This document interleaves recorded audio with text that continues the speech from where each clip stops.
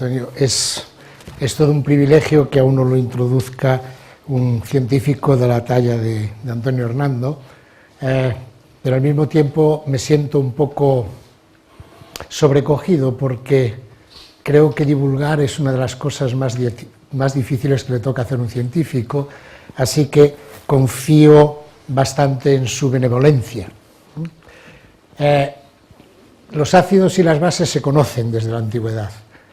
Sus características organolépticas se conocen por siglos y se sabe más o menos qué características tienen, que las bases son untuosas al tacto, que los ácidos son corrosivos, etc. Son cotidianas en todos nuestros hogares, hay ácidos y bases. Ya he puesto ahí dos ejemplos paradigmáticos, el vinagre como un ejemplo paradigmático de un ácido y el amoníaco, que las señoras utilizan en su homenaje de limpieza como un ejemplo paradigmático de una base. Ácidos y bases se conocen, como digo, desde tiempo inmemorial, y una de las cosas que los caracteriza es que se neutralizan, es decir, que cuando una base reacciona con un ácido, el resultado de la reacción es algo que ni es ácido ni es básico, es normalmente una sal, como puede ser el cloruro sódico, el sulfato cálcico, el sulfato de lo que sea. Sin embargo, las primeras teorías capaces de explicar qué es lo que caracteriza un ácido y qué es lo que caracteriza una base, tienen casi un siglo, pero no llegan ni a un siglo, porque fueron curiosamente publicadas el mismo año, en 1923, por Bronsted y Lewis. De acuerdo con la teoría de Bronsted, un ácido es una entidad que es capaz de donar protones. Un ejemplo paradigmático, aquí tienen el ácido nítrico, y el ácido nítrico dona su protón al agua, que actúa como base y lo capta.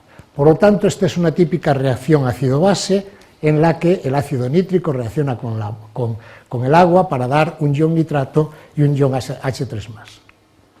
La teoría de Lewis es un pelín más general, y de hecho, como veremos, incluye a la de Bronsted, y él define una base como una entidad dadora de pares electrónicos. Es decir, las moléculas como el amoníaco están unidos, por ejemplo, a 3 hidrógenos, pero tienen un par de electrones que no comparten con nadie.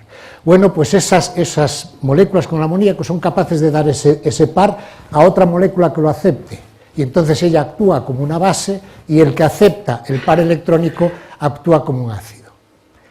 La teoría de Lewis fue enormemente exitosa porque fue la primera teoría capaz de explicar magia borrás, ¿no? Porque aquí tienen una reacción donde a lo largo de este tubo está circulando un gas que no ven, que es el trifluoruro de boro, y a lo largo de este otro tubo otro gas que tampoco ven, que es el amoníaco. Y cuando se juntan los dos flujos de gas, se forma una nube blanca, que es este complejo, que es un sólido. Esa nube blanca empieza a caer polvo encima de la mesa porque se ha formado este complejo en el que el par de electrones del amoníaco ha ido al átomo de boro, porque el átomo de boro tiene una característica muy singular, es lo que los químicos llamamos un sistema deficiente en electrones. ¿Por qué? Porque el boro está al principio del periodo y en su capa de valencia tiene 3 electrones, pero en la capa de valencia de un átomo del primer periodo caben hasta 8, con lo cual tiene mucho sitio para acomodar electrones, y por lo tanto es una magnífica base de Lewis, una sustancia capaz de captar electrones.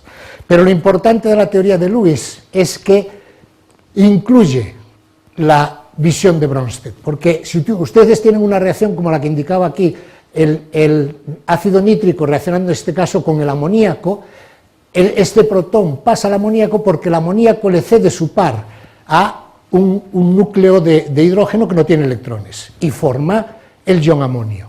Por lo tanto, la teoría de Lewis engloba en cierto modo a la teoría de Bronsted y ha sido y sigue siendo usada en la química a cotío. Y a eso voy a dedicar un poco de atención. Una de las preguntas que se plantean cuando uno ya tiene esta teoría más o menos asimilada es cómo varían estas propiedades en función de los sustituyentes. Por ejemplo, yo tengo el amoníaco, he visto que el amoníaco es una base, pero yo puedo coger cada hidrógeno y sustituirlo por un grupo metilo, por 2 y por 3. Y tengo la mono, la dimetil y la trimetilamina. Y la pregunta que yo me hago es, ¿quién es más básico? ¿El amoníaco, la monometila, dimetilo o la trimetilamina? Bien, si la pregunta se hace a principios del siglo XX, o en la primera mitad del siglo XX, la respuesta de cualquier químico sería sin pestañear, es el amoníaco. Pero si la pregunta se hace en la década de los 80, esa pregunta, yo que soy gallego, como buen gallego, va seguida de otra pregunta. Depende, ¿en fase gas o en disolución? Porque si es en disolución, el más básico es el amoníaco, pero si es en fase gas, el más básico es la trimetilamina. Entonces, ahí aparece algo fundamental, y es el efecto del entorno. Cuando yo tengo algo en disolución, lo que tengo es amoníaco rodeado, en este caso, de moléculas de agua que lo solvatan. Y esas interacciones son enormemente importantes. La pregunta es, sería bueno saber cuáles son las propiedades de una molécula de amoníaco de agua sin interaccionar con nadie. Pero a eso solo hay una posible respuesta, que es lo que hacemos los teóricos, cálculos. ¿Por qué? Porque hoy por hoy, con las técnicas que tenemos, y me pega que eso va a ser cierto por siglos y siglos, es imposible tener moléculas aisladas. ¿Por qué? Porque en un mol, en 18 gramos de agua, por ejemplo, hay el número de Avogadro de moléculas. Y el número de Avogadro es un número enorme, 6,023 por 10 elevado a 23, un número incontable, porque para contarlo necesitaría uno la edad del universo. Pero yo puedo hacer el vacío en un sitio. El máximo vacío que hoy logramos hacer son 10 a la menos 10, en los últimos experimentos más sofisticados que yo conozco, 10 a la menos 12 atmósferas. Es decir, una presión una billonésima más baja que la presión en esta habitación, una billonésima. Y en esas condiciones, el número de moléculas que tenemos por centímetro cúbico se siguen contando en decenas de millones.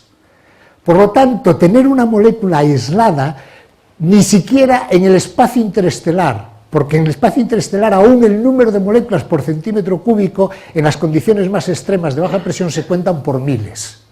Bueno, entonces a lo que vamos a ir ahora es, cojamos casos desde el mundo de vista macroscópico al microscópico, porque estoy diciendo que en realidad yo no sé cómo se comporta un individuo. Cojamos el agua es un ejemplo paradigmático. El agua es neutra por excelencia, es nuestra base de neutralidad, ni es ácida ni es básica. Y entonces la pregunta es, ¿lo son también las moléculas de agua? Digo, la respuesta naif sería sí.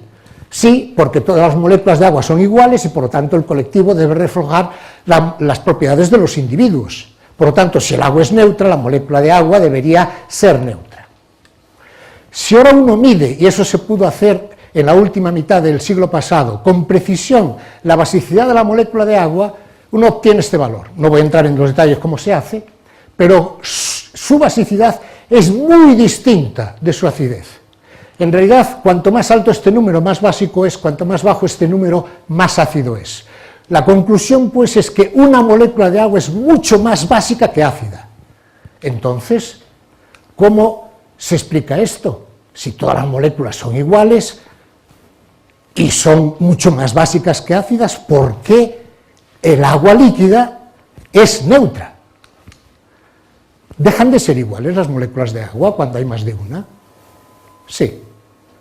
Y si uno empieza con la primera, con un dímero, esto es un dímero de agua, esta es la estructura de un dímero de agua, y como ven, hay dos moléculas que dejan de ser iguales, porque esta señora está cediéndole un protón a esta otra, está interaccionando con este hidrógeno, y esta lo está aceptando. Como consecuencia, este enlace es más largo que este y más largo que los dos de esta molécula que son iguales. Esta molécula y esta han dejado de ser idénticas por la interacción entre ellas a través de un enlace de hidrógeno. Pero lógicamente, ahora esta molécula es más básica, porque como hay un hidrógeno que se está acercando a esta otra, pues tiene más capacidad para aceptar otro hidrógeno que le venga. Y por la misma razón, esta es más ácida, porque como hay un protón que le está llegando, tiene más facilidad para ceder ese otro protón. Y eso permite entender por qué cuando uno pasa del dímero al trímero, el trímero es necesariamente cíclico. ¿Por qué? Porque esta es más básica y lo que quiere es interaccionar con un hidrógeno de la tercera molécula, pero esta es más ácida y lo que quiere es cederle el hidrógeno a esa tercera molécula. Y esta es la estructura del trímero de agua. Pero es que si uno va, y además estos enlaces son más fuertes que este. Los enlaces se refuerzan porque la basicidad y la acidez de cada molécula se ha ido cambiando. Y eso es lo que normalmente llamamos cooperatividad. Cuando uno pasa a ciclos mayores, de 5, de 6, de 7, perdón, a más número de moléculas, pues las estructuras siguen siendo cíclicas. El pentámero es cíclico, el octámero es cíclico, el decámero es un sistema tricíclico, y eso explica un montón de cosas. Primero, explica que la habilidad de las moléculas de agua a enlazarse a través de los enlaces lleva a la formación de maravillosos cristales como estos. Estos cristales suponen una cierta ordenación en el espacio que no tiene el agua líquida, obviamente. Y al mismo tiempo explican, por qué el hielo tiene baja densidad respecto a la fase líquida, porque la formación de estas estructuras supone tener la misma cantidad de masa, pero mucho mayor volumen porque están formando estos ciclos. Ese es un ejemplo, y el otro ejemplo paradigmático es el oro. El oro es un metal químicamente inerte, básicamente, y por ello ha sido la referencia de estabilidad en todas las civilizaciones de la Tierra. Con ellas fabricamos monedas, joyas, lingotes, etcétera, etcétera. La pregunta es, ¿qué pasa cuando en lugar de tener millones de átomos de oro en un lingote o en una joya o en lo que sea, tenemos una molécula con 2 átomos de oro? Bueno, lo que les voy a enseñar aquí es la molécula de cloro, que es un paradigma de molécula reactiva en química. Y esto es el potencial alrededor de la molécula que indica que por aquí es un enorme aceptor de electrones del sistema y aquí es por esta zona dador de electrones, de tal manera que reacciona tanto con ácidos como con bases. ¿Cómo es la de la molécula de oro? Enormemente parecida. Pero no solo eso, sino que esto es más fuerte que esto y esto más fuerte que esto. Es decir, de acuerdo con esto, la molécula de oro es tanto más reactiva que la molécula de cloro.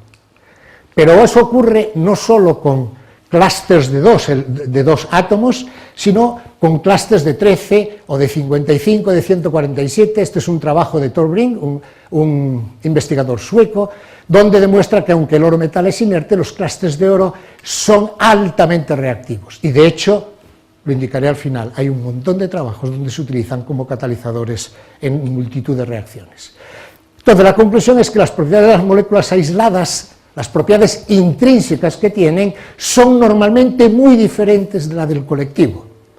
El colectivo de moléculas de agua es neutro y la molécula de agua es mucho más básica que ácida.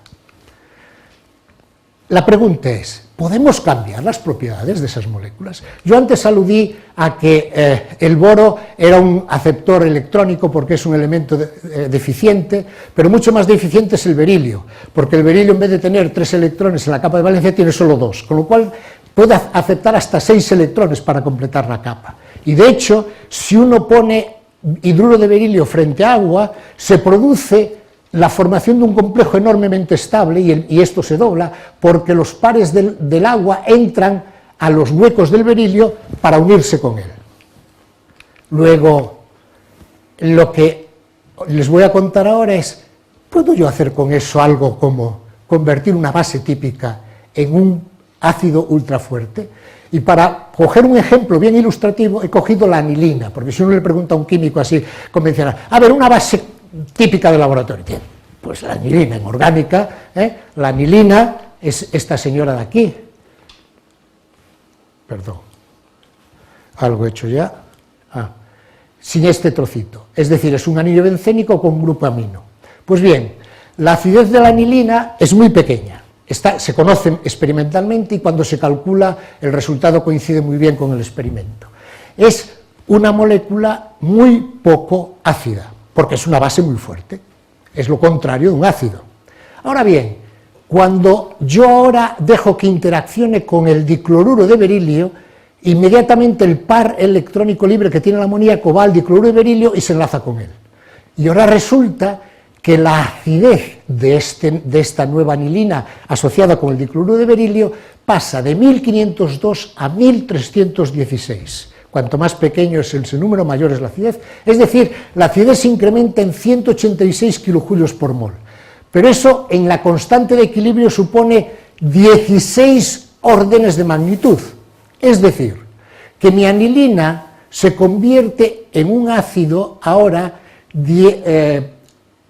16 son 10.000 billones de veces mayor. Bueno, la consecuencia es que una base típica de cualquier laboratorio yo la puedo convertir en un ácido más fuerte que el ácido fosfórico, y más fuerte que el ácido fórmico, que el ácido acético, que el ácido oxálico, simplemente asociándolo con un sistema aceptor de electrones. La pregunta, ¿y eso por qué? Bueno, lo que les presento aquí es lo que un teórico hace, que es ver cómo están distribuidos los electrones dentro de la molécula del complejo que estoy estudiando. Aquí tienen el grupo NH2 con los 2 hidrógenos, el berilio con sus hidrógenos, y ahora lo que hago es sacar uno de estos hidrógenos del amoníaco. ¿Y qué es lo que ocurre? Que el enlace que había entre el nitrógeno y el berilio, que tenía unos 77 electrones, ahora tiene el doble, lo cual quiere decir que ese enlace donde hay el doble de electrones entre los núcleos se hace muchísimo más fuerte, y por lo tanto la estabilidad del sistema aumenta dramáticamente. Pero no solo se estabiliza ese enlace, sino que se estabiliza también entre el nitrógeno y el anillo aromático, entre el nitrógeno y el carbono, que pasa de 1,97 a 2,10. Y da lo mismo el método que se utiliza. Este es otro método que mide densidades electrónicas. Como se ve, aumentan las densidades electrónicas cuando uno saca un protón, estabilizando enormemente la forma de protonada y por lo tanto haciendo que este sistema sea un ácido fortísimo, tan fuerte que yo puedo hacer que la anilina, que es una de las bases más usadas por los orgánicos en su laboratorio, sea un ácido más fuerte que el oxiácido más fuerte conocido, que es el perclórico. Bien, y eso se ha confirmado experimentalmente. La otra pregunta es, he convertido una base en un ácido ultrafuerte. ¿Puedo hacer lo contrario? ¿Puedo convertir un ácido en una base? Bueno, se han estudiado muchas cosas, pero yo me voy a centrar solo en un caso. El ácido hipocloroso, que es un oxiácido bien conocido, porque cede muy fácilmente este protón, y por lo tanto es un ácido que cualquier químico lo clasificaría sin dudar. Eso es un ácido, pero ahora lo que voy a hacer es dejarlo interactuar con una base. En este caso es el HCN, que tiene pares aquí, que se los cede al cloro. Y lo que hago es ver cuál es la basicidad de este señor cuando está solo y cuando está formando parte de este complejo. Cuando está solo, y eso está medido no solo teórica sino experimentalmente, su afinidad protónica es muy baja, 642 kilojulios por mol. Pero cuando le asocio el HCN, pasa de 642 a 946, es decir, su basicidad aumenta 304,8 kilojulios por mol, en órdenes de la constante de equilibrio 10 a la 18, se hace 1 trillón de veces mayor. El fenómeno es el mismo. Este es el complejo que tengo entre el ácido hipocloroso y el HCN, pero cuando le meto un protón, cuando acepta un protón, este enlace, que era un enlace sumamente débil, se refuerza enormemente y esto estabiliza 317 el sistema, dando lugar a ese fenómeno. Bueno, entonces, una de las cosas que más ha preocupado a los químicos en las últimas décadas del siglo XX fue la posibilidad de formar pares iónicos en fase gas. ¿Por qué digo esto? Todo el mundo me dirá, bueno, aniones y cationes los hay en química en todas partes, porque los cristales están hechos normalmente, los cristales iónicos, de cationes y aniones en un cristal, o la disolución de cloruro sódico en agua, que es salina, pues tiene los aniones y los... Pero eso es o en disolución o en fase sólida, pero en fase gas. Y hubo un señor llamado Lidon, que se dedicó a estudiar esto y logró demostrar que cuando el yoduro de hidrógeno interacciona con la trimetilamina, el protón de este señor, que es un ácido, salta espontáneamente a la trimetilamina formando un par iónico. Pero nuestra pregunta es, Eso lo puedo hacer siempre que quiera, es decir, yo puedo estimular la formación espontánea, la transferencia de un protón, y lo que hemos cogido es como ejemplo la interacción entre el FH y el amoníaco. Aquí es imposible de ver experimentalmente la transferencia del protón de aquí a aquí, porque esto no es suficientemente básico y esto no es suficientemente ácido. Pero ¿qué ocurre si yo dejo que el FH interaccione con el dicloruro de boro? Cuando ocurre esto, de berilio, cuando ocurre esto, este protón salta para aquí y esto es lo que obtengo. Lo que obtengo es un protón que se ha ido para allí y tengo esto que tiene carga negativa y esto que es un catión amonio. Por consiguiente, lo que tengo es la interacción, un par iónico que se ha formado en una reacción en fase gas que es exergónica, no solo exotérmica, en 116 kJ por mol. Por lo tanto, puedo convertir bases en ácidos, ácidos en bases, y puedo provocar la formación espontánea de pares iónicos en fase gas. Bueno, la pregunta que nos hicimos a continuación es, ¿y si uno tiene esos aceptores electrónicos, en vez de un solo centro, tiene dos? ¿Qué ocurriría? ¿Qué ocurriría, por ejemplo, si yo cojo ¿lo ven? Esto es un naftaleno en el que tengo un BH aquí y un BH aquí.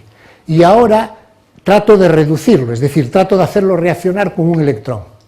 Y lo que observo es que como este señor es deficiente en electrones y este señor es deficiente en electrones, el electrón se mete ahí haciendo que esos dos átomos queden enlazados, pero por un solo electrón, no por un par iónico, por un solo electrón.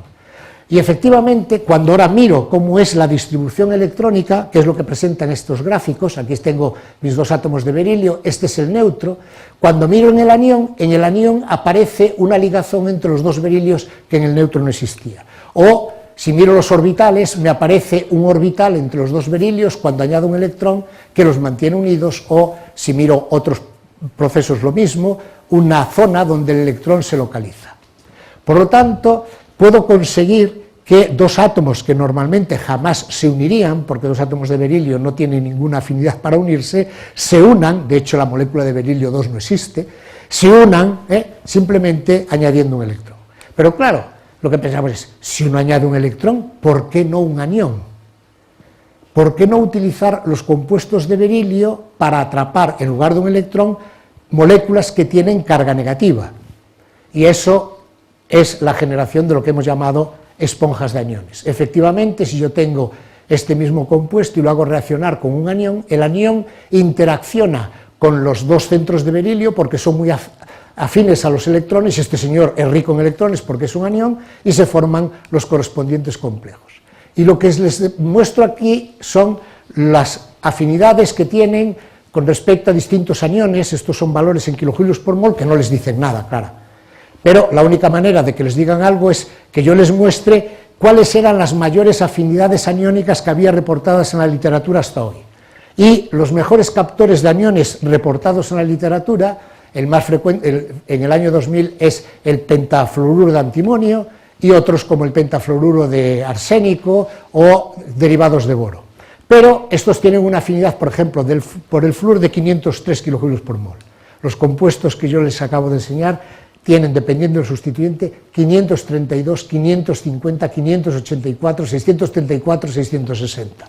O sea, una afinidad por los aniones muchísimo mayor que los mayores conocidos hasta el momento. Y lo mismo ocurre con los demás y con los dianiones.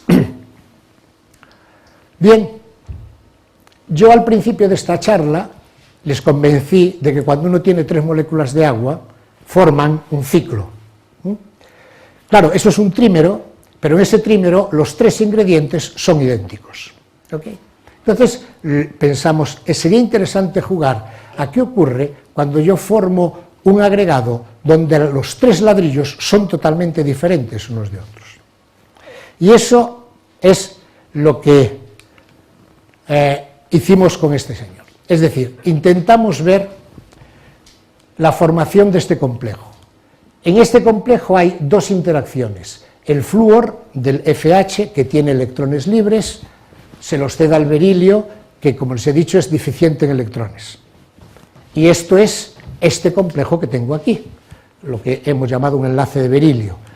Se forma esta interacción. y esto es estable, más estable que las dos cosas separadas. Pero el FH, y eso se conoce desde hace muchísimos años, es capaz también de reaccionar con el amoníaco formando este complejo donde en los pares electrónicos del amoníaco van a el protón o el hidrógeno positivamente cargado del FH. ¿Ok? Bueno, yo ahora lo que estudio es cuando las dos cosas se dan a la vez, es decir, cuando tengo Fe2 interaccionando con FH e interaccionando con amoníaco. Y la estructura que se obtiene es esta. Pero lo importante en esa estructura es que este enlace, el enlace entre el berilio y el flúor, se refuerza un montón, como nos pasaba en el trímero de agua, donde los enlaces en el trímero eran mucho más fuertes que en el dímero. Pero este otro enlace, el enlace de hidrógeno entre el FH y el amoníaco, también se refuerza un montón, porque pasa de 1 a 1,073. Por lo tanto, cuando yo formo el trímero, y en este caso los tres ladrillos son distintos, las interacciones, las dos, se refuerzan un montón. La siguiente pregunta es, ¿cuál se refuerza más? Bien, pues aquí gana la más débil, y voy a ver si les convenzo de que este es el hecho. Es decir, este es mi punto de partida, tengo amoníaco, FH y BF2, ¿ok? Y mi punto de llegada es que los tres estén enlazados entre sí. Pero esto lo puedo hacer en dos etapas. Por ejemplo, primero, dejo que este interaccione con este, y esa interacción es 38,3 kJ por mol, y luego que este interaccione con el amoníaco, y esa interacción es 173, y llego aquí. ¿Ok? La otra posibilidad es que en vez de interaccionar primero este con este, interaccione primero este con este, y entonces tengo este complejo, 45,9, y luego ahora al interaccionar este, tengo este que es 131,4. Lo que sí sé, porque eso lo imponen las leyes de la termodinámica, es que como el estado de partida y el estado de llegada es exactamente el mismo, la energía de los dos procesos es idéntica. No depende para nada del camino que yo haya elegido. Es decir, si sigo este camino, tengo esto, si sigo este camino, tengo esto, y por lo tanto... Entonces, lo que yo sé es que esto son 38,3, estos son 131,4 y la diferencia son 93,1. Estos son 45,9, estos son 139 y la diferencia es 93,1. Necesariamente por ese principio de conservación de energía que es el principio de la termodinámica. Pero eso supone que el más débil, que es este, se refuerza un 244%. Porque pasa de tener una interacción de 38,3 a 131. Y el más fuerte, que es 45,9, pasa a 139, solo se refuerza el 200%. Y hemos comprobado que esa es una ley fundamental en la formación de todos estos clústeres. En todos estos clústeres que se forman más de una interacción, la más débil es la que más se refuerza y la más fuerte es la que menos se refuerza, siendo en valor absoluto las diferencias las mismas. Bien. Pero si algo es un ácido de Lewis alucinante, es un catión, porque un catión es un sistema al cual hemos sacado 1 o 2 o 3 electrones, pero un monocatión de por sí tiene una vida por electrones enorme porque le falta 1. Y eso da origen a un montón de fenómenos enormemente interesantes. ¿Qué ocurre cuando yo hago interaccionar heptilbenceno, esto es una molécula de benceno con una cadena de 7 átomos de carbono, y lo hago interaccionar con un catión litio? Estos son los cálculos de un experimento hecho en Niza. Entonces, la estructura más estable de la molécula neutra del heptilbenceno es la molécula con la cola completamente extendida. ¿Qué ocurre cuando le añado el litio? Esto, que por razones obvias hemos bautizado como efecto escorpión. Como el litio tiene tal avidez por electrones, empieza a tirar de los electrones, de los carbonos y de los CHs de la cola, hasta que la cola interacciona también con él, dando lugar a esta estructura. Pero también podemos entender reacciones como la del uracilo cuando reacciona con el cobre más, que tiene un montón de problemas bioquímicos, y es que se descompone perdiendo HNCO. ¿Por qué? Porque tal y como está mostrado aquí, cuando llega el cobre e interacciona con el oxígeno, aumenta tanto la acidez que pierde un protón y a continuación se produce toda una reorganización y acaba perdiéndose este fragmento, que es lo que se observa experimentalmente y que conduce normalmente a procesos de mutagénesis, porque el uracilo deja de tener la estructura que tiene y todo se vuelve un caos. Pero también podemos ver cómo dos bases compiten. Aquí tengo un catión rodeado de 6 moléculas de agua, y ahora llega una molécula de amoníaco que es más básica que el agua. Y esto ocurre en un fenómeno en femtoquímica, en 10 a la menos 15 segundos, es decir, en una milésima de billonésima de segundo, ¿no? Y lo que ocurre es que efectivamente la molécula de amoníaco se pega al núcleo y la molécula de agua se va y la desplaza. Pero también podríamos formar complejos estables con el hidrógeno. El hidrógeno tiene 2 electrones, la molécula de hidrógeno. Esto tiene un enorme interés porque uno de los problemas con que nos enfrentamos, con los problemas energéticos que tenemos, es el hidrógeno como fuente de energía y el almacenamiento de ese hidrógeno. Bueno, si uno coge complejos de berilio, este es el carbonato de berilio, y lo deja interaccionar con moléculas de hidrógeno, y lo hemos hecho para otras muchas sales, lo que se observa es la formación de complejos. La molécula de hidrógeno se pega al berilio porque el berilio es tan ávido de electrones que polariza su carga enormemente hasta acumular electrones en medio del berilio y del hidrógeno.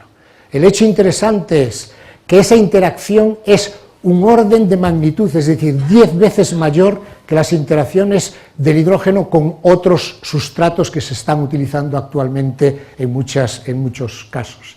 Es decir, 10 veces más intensa la interacción y al mismo tiempo con un factor gravimétrico, es decir, el porcentaje de hidrógeno que se almacena por masa de sustrato, que es del 6%, que se considera el mínimo deseable para que esto pueda funcionar. Pero hay muchísimas cosas de las que no les puedo hablar y en las que mucha gente trabaja.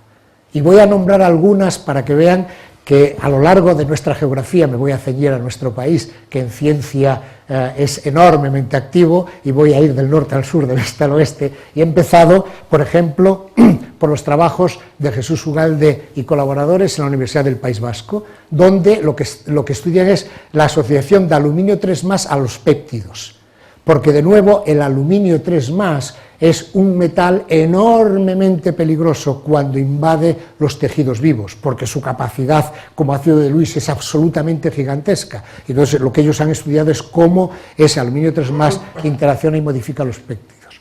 O lo que hace Mariona Sedupe y sus colaboradores, una investigadora como la copa de un pino en la Universidad Autónoma de Barcelona, donde precisamente utiliza las nanopartículas de oro para catalizar la formación de sistemas supramoleculares. Es decir, no utiliza lingotes de oro, sino pequeños clústeres de oro para catalizar reacciones extraordinariamente importantes. O lo que hace Enrique Sánchez Marcos y colaboradores en la Universidad de Sevilla, que estudian los efectos de solvatación con los cationes metálicos. Esto que les he enseñado, cómo un catión metálico se rodea de las moléculas de agua disolvente, por ejemplo, y cómo esas moléculas pueden ser desplazadas por otras que llegan en el seno de la reacción.